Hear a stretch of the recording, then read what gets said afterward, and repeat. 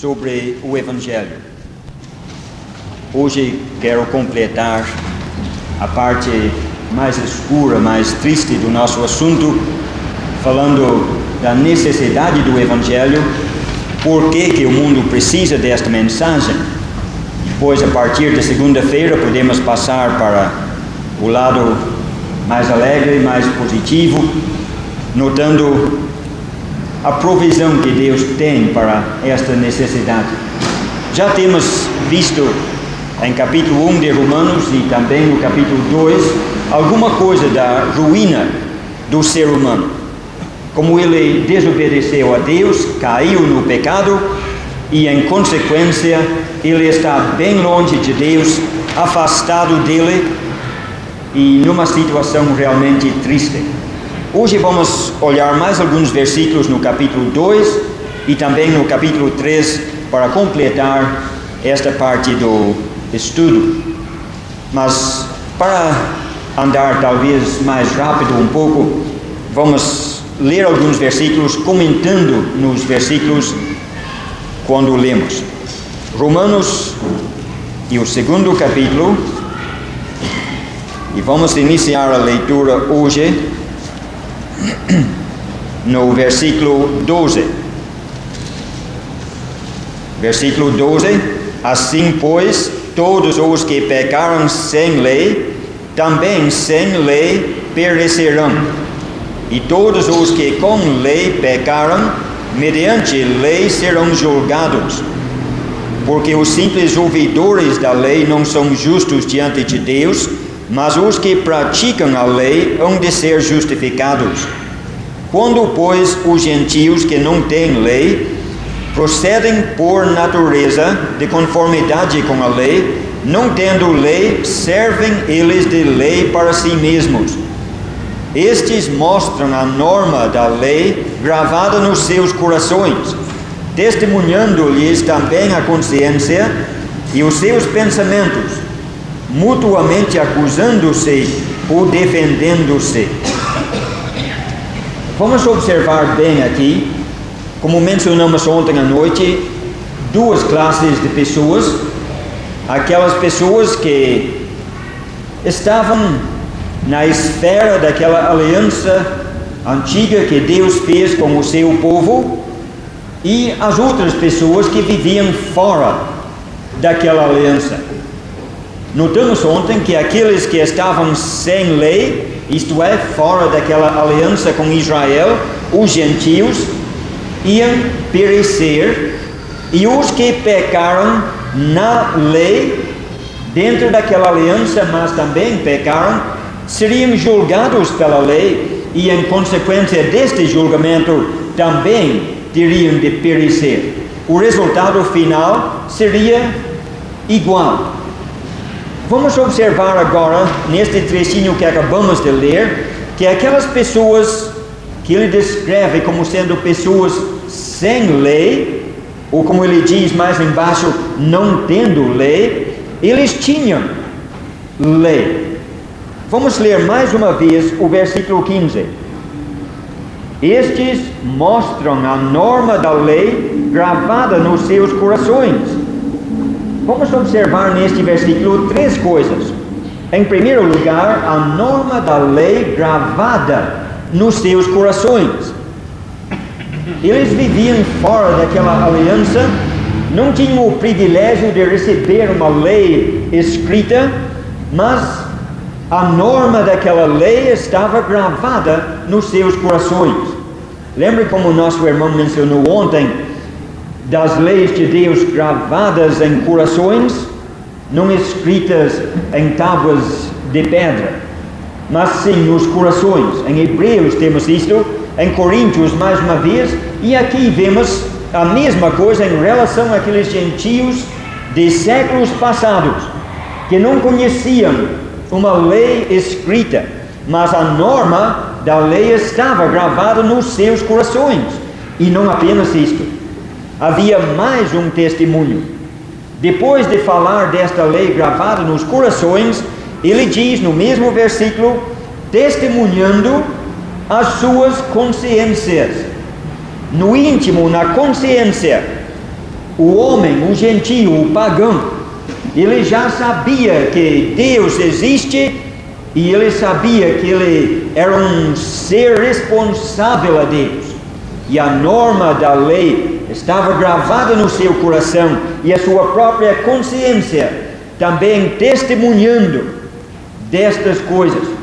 E mais ainda, não apenas a gravação no coração, não apenas o testemunho da consciência, mas até os próprios pensamentos, ora defendendo, ora acusando, porque o ser humano, mesmo aquele que não tem o conhecimento de uma palavra escrita, ele tem um testemunho interno no seu coração, na sua consciência e até na sua mente, que ele sabe que é responsável perante Deus.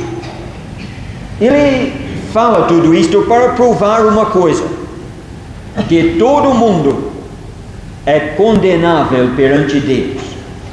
Mas tendo provado isto, tendo provado que tanto gentio como judeu está condenado perante o Senhor, ele imediatamente passa a considerar mais duas coisas na parte que resta deste capítulo. Vamos ler agora a partir do versículo 17 e notar a posição do judeu aos seus próprios olhos.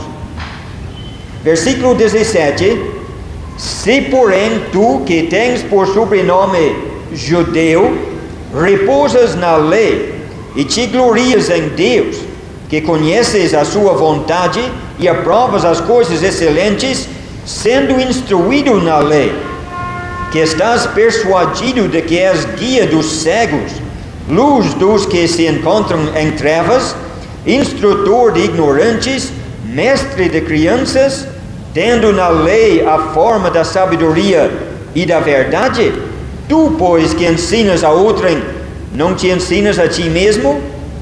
Tu que pregas que não se deve furtar, furtas? Dizes que não se deve cometer adultério e o cometes? Abominas os ídolos e lhes roubas os templos? Tu que te glorias na lei, desonras a Deus pela transgressão da lei. Em primeiro lugar, vamos analisar estes versículos e observar bem a posição destes judeus religiosos. Lembra que ontem falamos bastante sobre estes religiosos, moralistas, não esquecendo o fato que no dia de hoje ainda tem muitas pessoas semelhantes.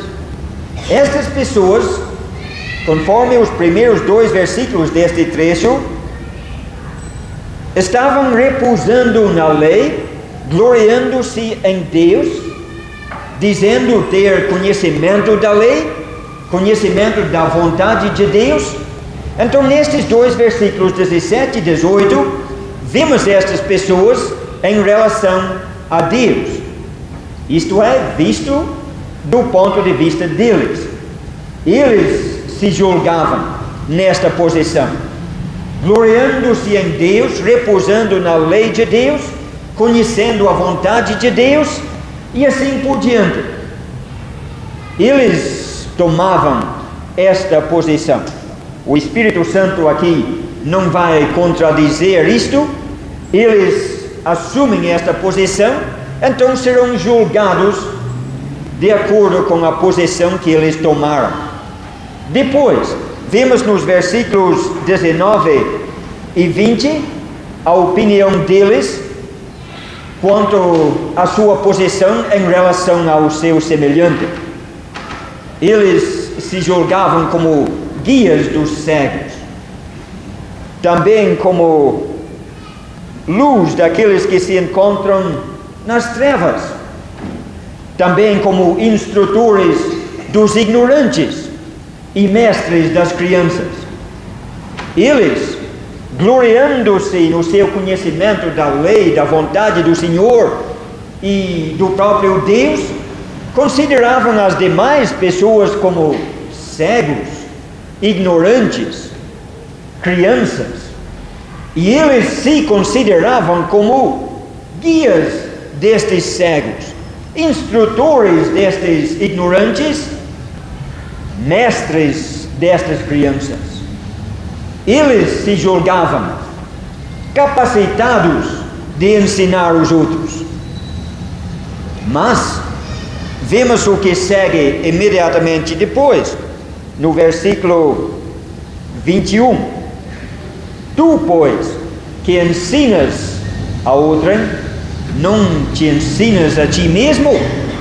Estas pessoas, assumindo esta posição de superioridade, gloriando-se no seu conhecimento, condenando e desprezando os outros, não perceberam que indiretamente estavam condenando-se a si mesmo, porque eles não cumpriram a lei, como notamos ontem à noite. Eles, conhecendo a lei, não estavam isentos de pecado, gloriando-se na lei, ainda quebravam a lei, desobedecendo a lei. As coisas que eles condenavam nos outros, eles praticavam. E o que o apóstolo Paulo, pelo Espírito Santo, está mostrando nesta parte, é que estas pessoas, com todo o seu conhecimento, gloriando-se nesta posição, estavam realmente na mesma condenação que os gentios e os pagãos. Agora, o que podemos aprender disto é o seguinte: posição e privilégio não tem valor quanto à salvação da nossa alma. Aqueles judeus tinham privilégio, receberam uma lei escrita, conheciam a palavra de Deus, mas aquele privilégio não tinha valor nenhum se não fosse aproveitado. Eles ocupavam uma posição, pode dizer, mais perto de Deus, porque era aquele povo escolhido de Deus a quem Ele confiou a sua palavra, mas aquela posição de bênção e de privilégio não ia aproveitar nada para aquele povo, não ia trazer benefício para eles, se eles não soubessem aproveitar, crendo e obedecendo. E no dia de hoje, quando nós pregamos o Evangelho, é mais um detalhe que nós precisamos sempre ter em mente: privilégio, posição, não salva ninguém. Há muitas pessoas no dia de hoje que pensam que estão bem mais perto de Deus do que outras, se dizem cristãos, dizem: nós não somos budistas, muçulmanos, nós somos cristãos. Nós nascemos no Brasil, não na Índia, nem na China. Portanto, e eles pensam que por ter nascido no que eles consideram um país cristão, que estão numa posição de privilégio e, portanto, não estão em perigo. E ora, nós precisamos, pela palavra de Deus, apresentar uma mensagem que possa abrir os olhos deste povo para compreender que este privilégio de ter nascido num país onde se prega o Evangelho, em si, não vai salvar nem trazer benefício algum. Mesmo nascendo num país onde se prega o Evangelho, têm nascido pecadores, tão perdidos, tão perversos, como aqueles que nascem onde não se ouvem o Evangelho. Posição e privilégio não salvam. Vamos mais para frente. Depois de ter tratado deste problema, o apóstolo, guiado pelo Espírito Santo, considera outro. Aqueles judeus religiosos, confiando na sua posição como filhos de Abraão, ainda tinham mais um argumento para apresentar. Afinal das contas, foram circuncidados, observaram aquele rito que Deus deu a Abraão e confiavam no valor daquele rito. Isto nós temos do versículo 25 até o versículo 29. Não vamos tomar o tempo agora para ler estes versículos, mas vamos apenas mencionar. Eles confiavam no valor daquele rito E a mensagem que o Espírito Santo está trazendo através desta carta é que nem a sua religião, nem a sua posição privilegiada, nem o rito observado não poderia trazer favor de Deus para eles. Ele disse: a sua circuncisão não vale nada se você não observar a lei. Porque lembra como foi mencionado ontem, que aquela lei era realmente uma aliança entre Deus e aquele povo de Israel. E a circuncisão era como sinal daquela aliança. Não observando a lei, o sinal não tinha valor nenhum. E este povo, confiando no valor daquele rito, que era um rito bíblico, estavam confiando em algo que não tinha valor. Mas olha, traduzindo isto em linguagem mais moderna e passando para o dia de hoje, podemos ver um paralelo exato. Vemos pessoas que pensam que não tem perigo algum porque foram batizadas, e realmente o batismo é um rito bíblico. Deus que estabeleceu isto. O Senhor Jesus Cristo mandou que os seus fossem batizados, mas olha, tem muitas pessoas que pensam que por terem sido batizados, que não tem mais perigo, o seu pecado não tem importância, já observaram um rito bíblico e, portanto, estão em condições de chegar um dia no céu. Mas como no caso da circuncisão, não valeu nada se não guardasse a lei, porque era sinal daquela aliança. Da mesma forma, o batismo, embora sendo um rito bíblico, não vale nada se a pessoa batizada não conhece o Senhor Jesus Cristo. O batismo realmente simboliza a nossa identificação com Cristo, na sua morte, no seu sepultamento e na sua ressurreição. Mas se nós não fomos identificados com Ele pela fé na sua morte, então o batismo não vale nada, não simboliza nada, não significa nada, não passa de um rito vazio. O rito tem valor se aquilo que ele significa é verdadeiro. A circuncisão do judeu teria valor se ele pudesse guardar a lei que Deus deu. E o batismo tem valor se é o batismo de alguém que já morreu com Cristo. Mas se você não morreu com Cristo, o seu batismo não passa de um rito vazio. Tem pessoas que confiam em outro rito bíblico, a ceia do Senhor. Pensam que por ter participado do pão e do vinho, participando da ceia do Senhor, observando um rito bíblico, que já estão gozando do favor de Deus. Mas comer daquele pão e beber daquele vinho não significa absolutamente nada se você não conhece Jesus Cristo. Comer daquele pão, beber daquele vinho é ato simbólico que fazemos em lembrança do Senhor Jesus Cristo. Mas se você não o conhece, como que vai lembrar dele? Não significa nada. E é isto que vemos aqui nestes trechos.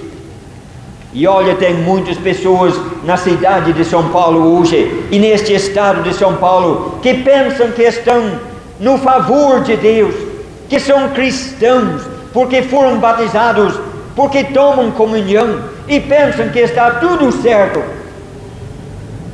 E precisam ouvir o Evangelho, que tira deles este abrigo falso, abrindo-lhes os olhos para ver que não passam de pobres pecadores perdidos e depravados, precisando de um Salvador.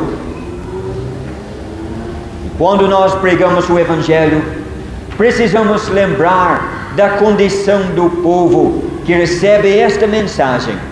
É um povo pecador perdido, apesar das diferenças, tanto aquele viciado como aquele religioso, tanto aquele que quer esquecer de Deus, como aquele que confia no seu batismo e na comunhão.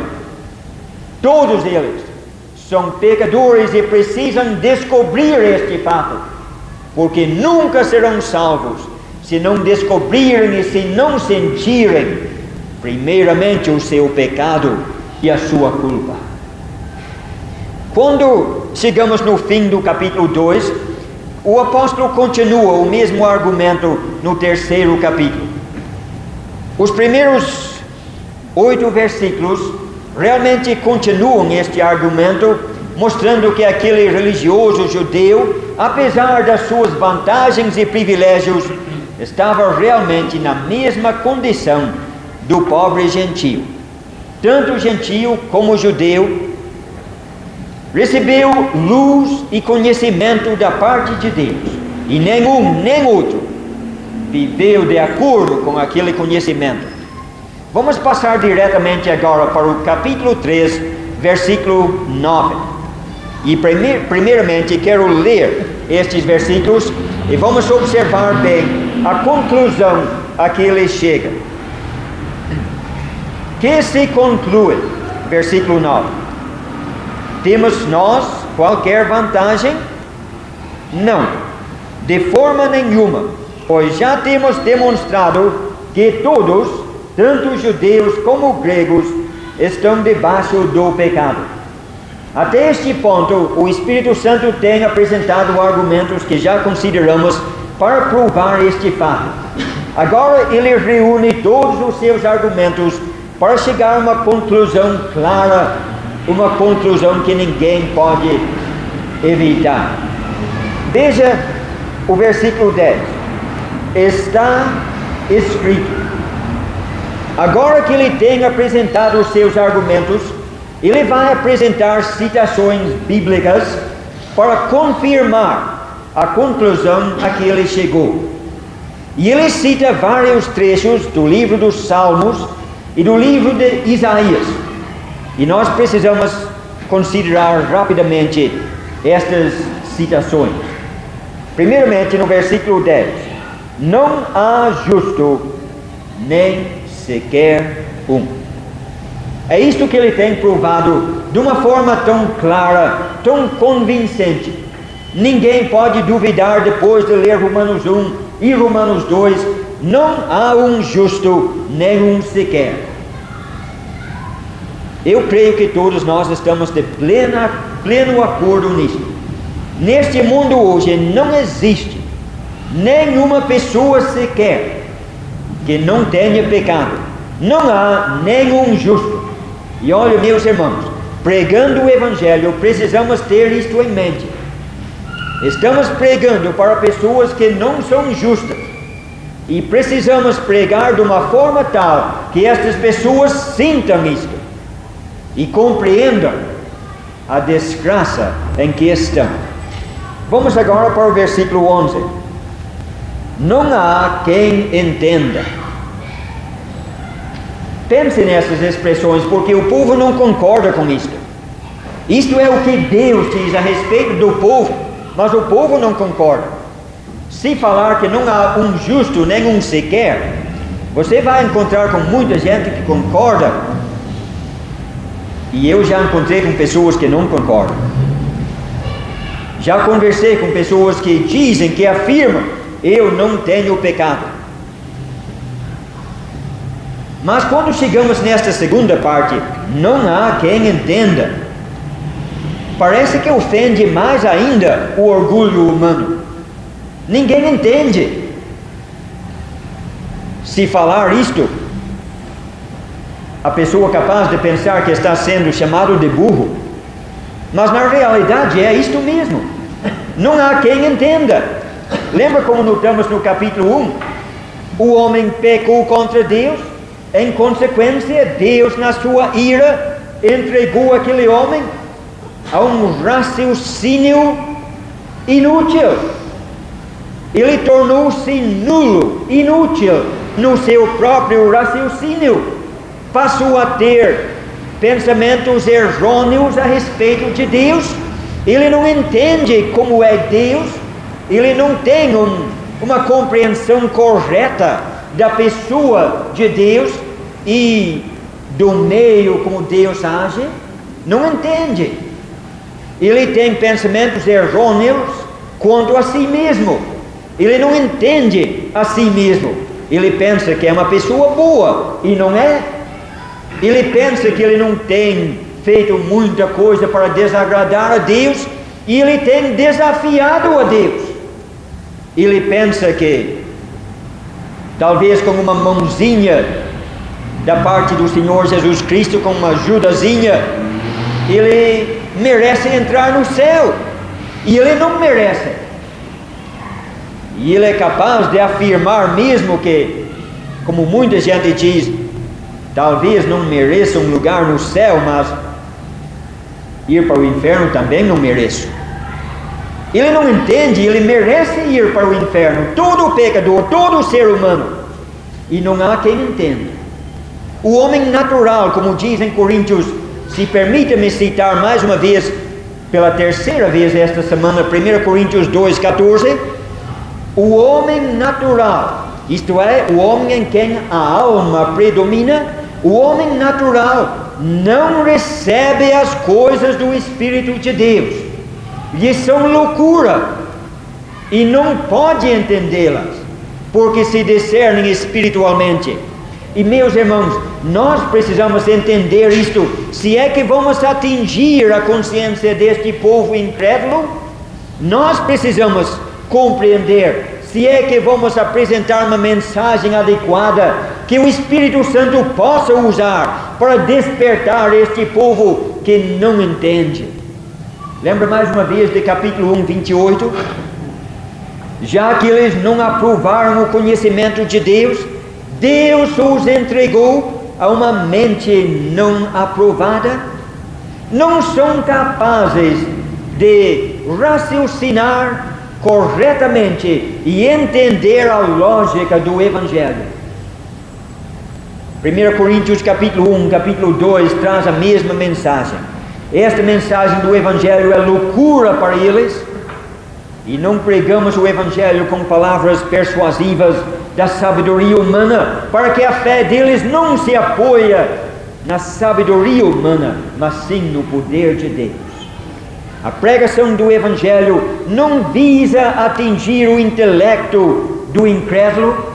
O pregador do Evangelho não procura ou não deve procurar apenas atingir o intelecto, pensando, querendo, através dos seus argumentos, persuadir o homem a fazer uma decisão ao lado de Jesus. Olha, nas pregações de hoje, ouvimos muitas expressões assim. Muitas vezes os pregadores querendo que o povo faça uma decisão, tomando o lado de Jesus. Olha, o nosso Senhor não está querendo que o povo o apoie. Ele não está implorando que o povo tome o seu lado. O Evangelho não é isto. O Evangelho é uma mensagem de Deus para um povo perdido, avisando este povo que se eles não se arrependerem e colocarem a sua fé em Cristo, eles vão perecer eternamente. Não vamos implorar este povo a aceitar o nosso Jesus porque Ele é tão bom. Ele é o amigo que ajuda em todas as circunstâncias. Isto não é o Evangelho. Aquele povo está vivendo à beira do inferno, incapaz de entender o seu perigo, incapaz de compreender a gravidade do seu pecado. E eles são incapazes de compreender a sua própria fraqueza. Não podem salvar-se a si mesmos. Nem uma mera decisão sua não vai salvar-lhes. É só Cristo que salva. E o pecador precisa compreender que ele não é justo, que ele não entende, que ele não faz o bem, que ele é um pecador perdido, condenado, merecedor do inferno. E então precisamos virar o olhar daquele pecador para a cruz do Calvário, para que ele possa ver um substituto morrendo em seu lugar. E Deus vai lhe mostrar que a única esperança está na morte de Cristo. É Cristo que salva quando o pecador confia nele. Mas isto veremos com mais clareza na semana que vem, porque se esta semana temos falado bastante do pecado, da ruína, na semana que vem vamos analisar o outro lado do assunto e ver o remédio que Deus tem. Vamos ver mais alguns versículos nos minutinhos que restam. Versículo 11 ainda. Não há quem busque a Deus. Não há nenhum justo. Não há quem entenda. Não há quem busque a Deus. O povo não acredita nisso. Talvez você não acredite, mas Deus afirma: não há quem busque a Deus. O homem natural, deixado à sua vontade, ele não procura a Deus e nunca procurará. Não foi Adão que buscou a Deus, foi Deus que entrou no jardim dizendo: onde estás? Foi o Filho do Homem que veio buscar e salvar.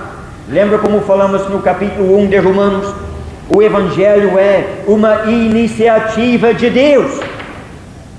Não é uma tentativa do homem de voltar a Deus. É Deus buscando o homem. Não há quem busque a Deus. O coração humano inclina-se para o mal e nunca procura a Deus. Eu sei que você talvez tenha uma dificuldade nisto, porque às vezes antes de você nascer de novo, você sentiu o desejo de ser salvo, você queria a vida eterna, e tem muita gente ainda hoje com esse desejo querendo buscar a Deus. Como se explica? Sabe o que é? Se você sentiu, se alguém sente um desejo de ouvir o Evangelho, de conhecer a Deus, de ter a salvação, é obra do Espírito Santo. É Deus, o Espírito Santo, operando naquela vida. Aquele desejo não nasceu da vontade daquele homem. O homem, por si, não busca a Deus e nunca buscará. Mas o Espírito Santo está no mundo para convencer do pecado, para conduzir pecadores a Cristo. E quando você vê alguém com um pouquinho de interesse, por mínimo que seja, você vê uma prova clara que o Espírito Santo está agindo naquela vida. Então, vendo que o Espírito Santo está agindo naquela vida incrédula, você começa a agir também. Coopere com Deus, interessando-se naquela alma perdida, porque Deus está operando naquela vida. Sem a operação do Espírito Santo, ninguém buscaria a Deus. Versículo 12: todos se extraviaram, a uma se fizeram inúteis. Eu gostaria de elaborar isto mais um pouco, mas o tempo não permite. Mas veja como ele acrescenta cada palavra mais dura que a outra. Não há um justo, não há quem entenda, não há quem busque a Deus. Todos se tornaram inúteis. Olha, inúteis para Deus. Ninguém, na sua condição natural, pode fazer coisa alguma que seja de utilidade para Deus. O homem incrédulo às vezes faz boas obras que os homens consideram boas, mas ele não faz nada útil para Deus. O mundo não acredita, diga mais uma vez, mas Deus diz que eles não fazem nada útil para ele. E depois disto, ele continua dizendo: não há quem faça o bem. Se você quer achar um trecho da Bíblia que o mundo não vai acreditar e vai dizer que está errado, é este trecho aqui. É porque eles não entendem. O raciocínio humano foi arruinado, estragado pelo pecado. na esfera espiritual. Eu sei que em coisas materiais, terrenos, eles podem raciocinar e mostrar grande inteligência, mas mesmo se um incrédulo tivesse a inteligência de Rui Barbosa, ele não entende nada, nem o ABC do Evangelho, até que o Espírito Santo ilumine a sua mente. Ele não é capaz de entender por si só. Permita-me tomar mais 2 minutinhos. Temos de pular o resto deste trecho tão importante que eu gostaria de frisar. Talvez na segunda-feira tomaremos alguns minutos para fazer isto, mas para chegar a uma conclusão lógica hoje, vamos para o versículo 19 e 20 rapidamente. Sabemos que tudo o que a lei diz, aos que vivem na lei o diz, para que se cale toda a boca e todo mundo seja culpável perante Deus, visto que ninguém será justificado diante dele por obras da lei. Ninguém será justificado diante dele por obras da lei. Esta é a conclusão a que ele está querendo chegar, mostrando como o ser humano é pecador mesmo. Ninguém será justificado perante Deus pelo seu próprio esforço. E para encerrar hoje, veja as primeiras palavras do versículo seguinte, versículo 21. Mas agora. Eu acho que estas 2 palavras são entre as palavras mais lindas de toda a Bíblia. Eu leio estas palavras e volto a ler mais uma vez, vendo a ruína, a depravidade do ser humano. Mas que quadro triste, sujo, pois de ver que o pecador não é apenas um pecador perdido, mas um pecador sem esperança em si. A luz começa a dissipar as trevas, começa a raiar um novo dia de esperança. O homem está perdido, sem esperanças, mas agora vai ser bem diferente. Se Deus permitir, na semana que vem, vamos ver o outro lado. E muito obrigado novamente pela sua atenção. Ao findar o labor desta vida, quando a morte ao teu lado chegar, que destino há de ter a tua alma? Qual será no futuro